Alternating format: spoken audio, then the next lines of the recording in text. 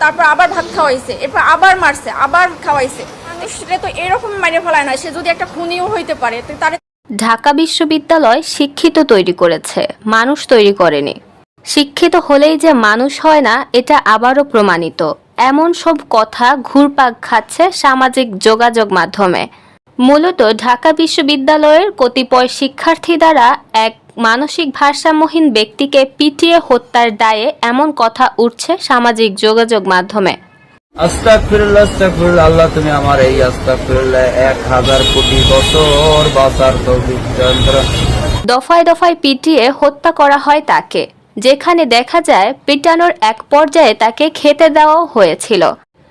সে নিজেও কিবা জানতো এটাই যে তার জীবনের শেষ খাওয়া? ঢাকা বিশ্ববিদ্যালয়ের ছাত্রদের মেনশন করে অনেকেই লিখছেন, হত্যার অভিযোগে 3 জন শিক্ষার্থীকে গ্রেফতার করেছে প্রশাসন, কিন্তু অনেকের অভিযোগ সেখানে তো 3 জন ছিল না।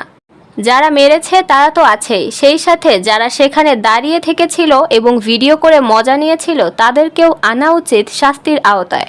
বাংলাদেশের গণ অভ্যুত্থানের আন্দোলনের সাক্ষী ছিলেন এই তোফাজ্জল হোসেনও, কিন্তু এর প্রতিদান পেল তার জীবন দিয়ে। দেশের প্রত্যেকটা মানুষ চাচ্ছে এ ঘটনার সাথে জড়িতদের যাতে দৃষ্টান্তমূলক শাস্তি হয়, কারণ তার পক্ষ থেকে যে কেউ তার জন্য বিচারের দাবি করবে, তার জন্য বিচার চাওয়ার মতো কেউ নেই তার পৃথিবীতে। একজন নিঃস্ব এতিম তিনি। আল্লাহ তুমি আমার এই আস্তাগফিরুল্লাহ 1000 কোটি বছর বাঁচার তৌফিক দান করো।